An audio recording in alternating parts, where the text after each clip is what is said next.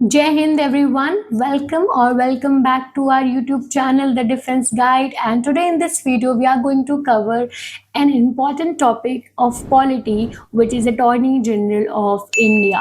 और इससे questions exams में आते हैं। आप में से बहुत लोगों ने इसे पढ़ भी रखा होगा या कुछ लोग पहली बार पढ़ रहे होंगे, तो आप सबको पता होगा कि आर्टिकल 76 में मेंशन्ड है, हमारे कॉन्स्टिट्यूशन के आर्टिकल 76 में attorney general of India mentioned है।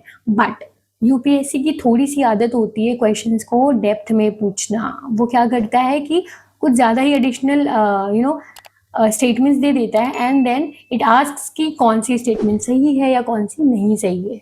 तो थोड़ा सा डेप्थ में अगर आपको पता हो अटॉर्नी जनरल ऑफ इंडिया, तो क्वेश्चन कभी भी आएगा तो आप टैकल कर लोगे, क्योंकि ये बहुत छोटा टॉपिक है।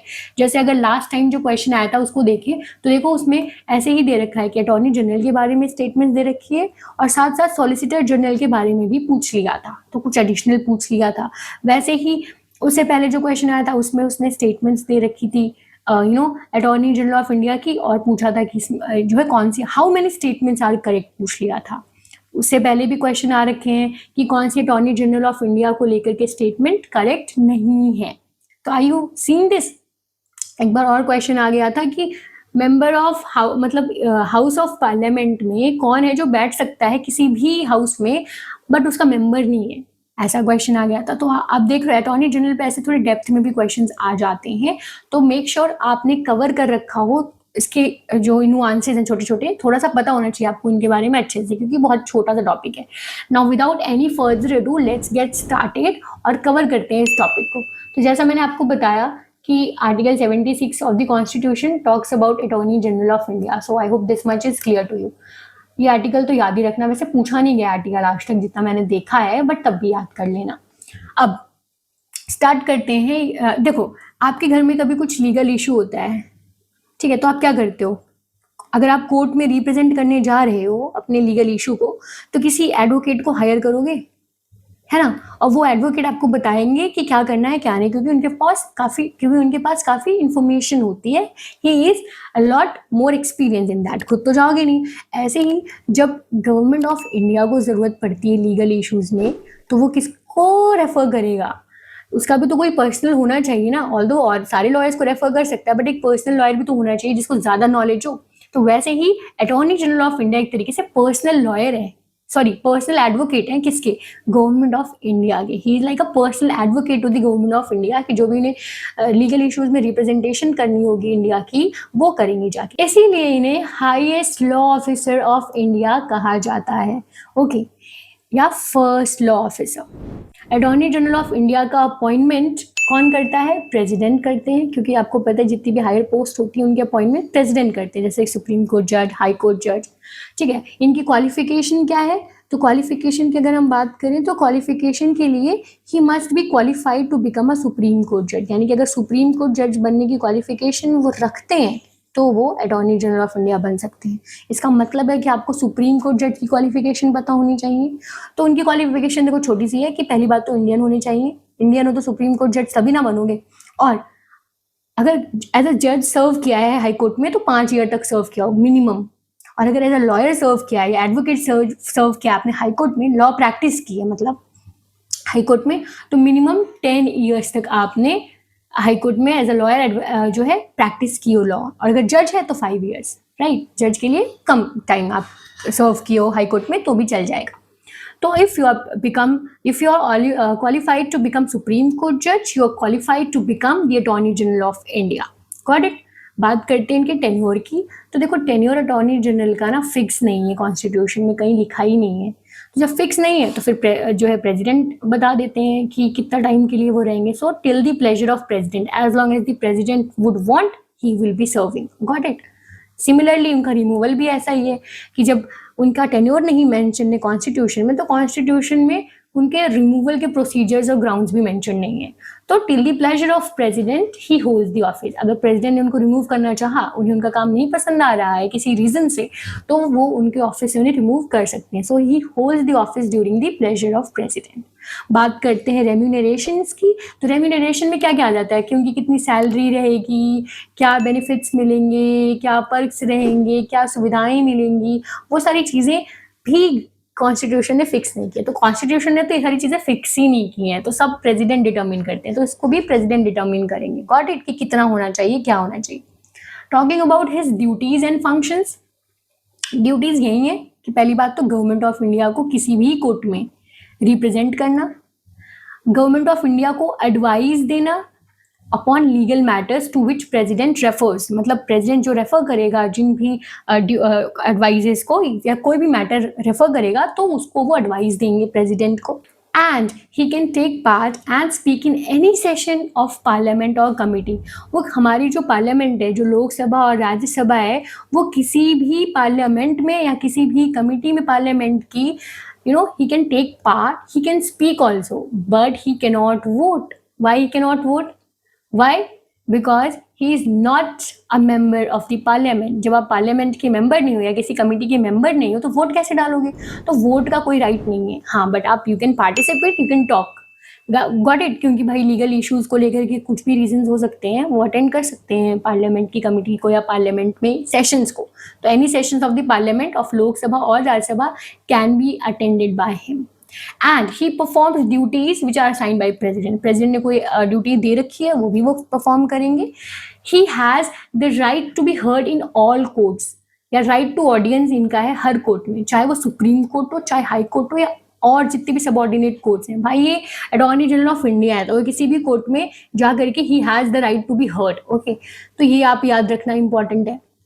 उसके बाद he discharge functions confirmed by the constitution और एनी अदर लॉ, मतलब कॉन्स्टिट्यूशन या और किसी लॉ में मेंशन है कि कुछ फंक्शंस करने हैं अटॉर्नी जनरल ऑफ इंडिया को, तो वो करेंगे obviously. Now last and important point is that he is free to do private practice. ये काफ़ी लोगों को शायद ना पता हो कि वो प्राइवेट प्रैक्टिस कर सकते हैं। ठीक है, जैसे आप वाइस प्रेसिडेंट या प्रेसिडेंट के बारे में पढ़ते हैं तो हमें हमेशा बताया जाता है कि कोई प्राइवेट ऑफिस वो होल्ड नहीं करनी चाहिए, बट ऐसा अटॉर्नी जनरल ऑफ इंडिया के लिए नहीं है। प्राइवेटली वो प्रैक्टिस कर सकती है because he is not a public servant, वो कोई पब्लिक सर्वेंट नहीं है। एंड आपने उनको बस अपने लीगल मैटर्स के लिए एज ए रिप्रेजेंटेटिव रख रखा है, तो और भी तो काम वो प्राइवेटली कर सकते हैं। But so he is not a full time counsel, he is not a full time counsel to government of India, full time काम नहीं है इनका, got it। लेकिन एक चीज ये जो बट मैंने लिखा है ये याद रखना है कि he cannot fight against government of India till he is attorney general of India। मतलब गवर्नमेंट ऑफ इंडिया के अगेंस्ट ही नहीं रिप्रेजेंट कर सकते हैं वो, कि प्राइवेटली प्रैक्टिस कर रहे हो, कोई इंसान गवर्नमेंट ऑफ इंडिया के अगेंस्ट कुछ चाह रहा है और कोई मैटर लेके आया है तो आप उनको गवर्नमेंट ऑफ इंडिया के अगेंस्ट जाके रिप्रेजेंट करने लगो। No, till you are AGI, till somebody is Attorney General of India, he cannot fight against government of India till he is AGI, got it। So with this Attorney General of India is done। इतना ही था, इतना ही important था। एक थोड़ा सा important extra चीज यहाँ पे जो मैंने लिखी है, जो पूछा था लास्ट टाइम इसलिए एक्स्ट्रा है तो मैंने लिख दी है कि जो Attorney General of India है इनकी हेल्प के लिए, ठीक है, सॉलिसिटर जनरल ऑफ इंडिया होते हैं। कौन होते हैं? Solicitor general of India. तो अगर attorney general of India first law officer है तो solicitor general of India second highest law officer बन जाते हैं, या ये अगर प्राइमरी है तो वो सेकेंडरी बन जाएंगे एक तरीके से। तो सॉलिसिटर जनरल उनकी हेल्प के लिए रहते हैं, और सॉलिसिटर जनरल के साथ एडिशनल सॉलिसिटर जनरल्स भी होते हैं, मतलब ऐसा नहीं कि सिर्फ एक ही, और भी सॉलिसिटर जनरल होते हैं। ये सबके सब अपॉइंट किए जाते हैं और ये एक वैलिडेटेड पोस्ट है by the government of India. ऐसा नहीं है कि ये खाली रहती है, it's a post which is validated by government of India, solicitor general की पोस्ट। ठीक है, they are there to help the attorney general of India and aid him in legal advices, so they are also legal advisers. ठीक है, so first law officer कौन है? Attorney general. And second law officer solicitor general. अभी हमारे attorney general of India कौन है? Mister R. Venkatramani, he is presently serving as the Attorney General of India। और सबसे पहले कौन थे? MC Setalvad। Mr. MC Setalvad was the first Attorney General of India। Although इस पे क्वेश्चन नहीं आया, बट who knows, तो इसलिए एक्स्ट्रा चीज यहाँ लिख दी है मैंने। अब अटॉर्नी जनरल ऑफ इंडिया पे ही क्वेश्चन आता है, एक टॉपिक है, सब टॉपिक कह लो, एडवोकेट जनरल ऑफ स्टेट। अब advocate general of state is mentioned in article 165, just like attorney general of India. Advocate general of state के लिए हैं, स्टेट गवर्नमेंट्स के लिए हैं। ये सेंट्रल गवर्नमेंट के लिए थी, गवर्नमेंट ऑफ इंडिया के लिए थी, तो वो किसके लिए है? स्टेट गवर्नमेंट के लिए। एडवोकेट जनरल ऑफ स्टेट, नाम में ही स्टेट लिखा हुआ है, ठीक है। तो ही will be the highest legal officer of state. तो जैसा जैसा मैंने आपको AGI पढ़ाया है ना, बिल्कुल सेम आपके एडवोकेट जनरल ऑफ स्टेट जो है वो होते हैं। आप प्रेसिडेंट को रिप्लेस कर दो गवर्नर से, तो सब कुछ जो गवर्नर करते हैं, जो प्रेसिडेंट करते हैं वो यहाँ गवर्नर करेंगे। उनका अपॉइंटमेंट, उनका टेन्योर फिक्स करना, उनका रिमूवल फिक्स करना, गॉट इट। और जैसे वहाँ पे सुप्रीम कोर्ट जज की क्वालिफिकेशन रखनी पड़ती थी अगर आपको अटॉर्नी जनरल ऑफ इंडिया बनना है, वैसे यहाँ पे क्वालिफिकेशन हाई कोर्ट जज की रखनी पड़ेगी आपको। ये इंपॉर्टेंट बिल्कुल नहीं है, एक्स्ट्रा था तो मैंने लिख दिया है कि क्या पता पूछ ले सब हेडिंग्स में कि, है ना, इसलिए थोड़ा सा एक्स्ट्रा मैंने पढ़ा दिया है, एक्स्ट्रा से भी थोड़ा एक्स्ट्रा पढ़ा दिया है कि क्या पता आ जाए। इनका भी रेम्यूनरेशन गवर्नर फिक्स करेंगे, बस आपको प्रेसिडेंट की जगह गवर्नर से रिप्लेस कर दो और गवर्नमेंट ऑफ इंडिया की जगह स्टेट गवर्नमेंट से रिप्रेजेंट कर दो। He can also take part in any session of the legislature, state legislature का, चाहे वो लेजिस्लेटिव काउंसिल और लेजिस्लेटिव असेंबली हो, but he also can not vote, same बिल्कुल same. And he can also do private practice, he is not a full time council to the state government, but he can not fight against the state government in cases on which he has advise the government. मतलब जिस cases में वो government of India की तरफ है, यानी कि वो अभी सर्व कर रहे हैं, गवर्नमेंट ऑफ इंडिया मतलब सॉरी गवर्नमेंट ऑफ स्टेट, अगर वो सर्व कर रहे हैं गवर्नमेंट ऑफ स्टेट के अंडर, तो उसके अगेंस्ट वो फाइट नहीं कर सकते हैं, गॉट इट। तो attorney general of India and advocate general of state, ये दोनों एक तरीके से सिमिलरी ट्राइंगल है, कॉन्ग्रुएंट ट्राइंगल्स हैं, बट काम इनका अलग अलग दायरे में है। और इनका आर्टिकल है आर्टिकल 165, उनका क्या था 76, इनका क्या है आर्टिकल 165, गॉट इट। तो अगर इस पे क्वेश्चन आएगा तो कर लेना, वैसे आता नहीं है, आपको पढ़ना है अटॉर्नी जनरल ऑफ इंडिया। आप जल्दी से क्वेश्चंस देख लेते हैं, कुछ क्वेश्चंस हम देखते हैं, कुछ आप होमवर्क में करके आना।